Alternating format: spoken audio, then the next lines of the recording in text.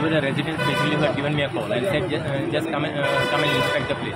They say the vehicles, these people have left the vehicles, that vehicles are coming by, all dust is going into their houses. There are senior citizens here, some people are sick and all that they have got to eat nothing but the dust.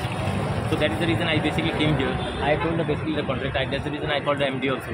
I told the contractor basically close the barricade, the full place itself.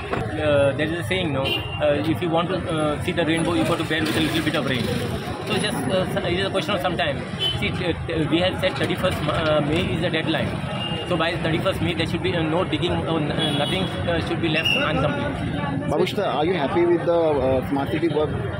No, as far as the work is concerned, work is going on in time, as per the schedule.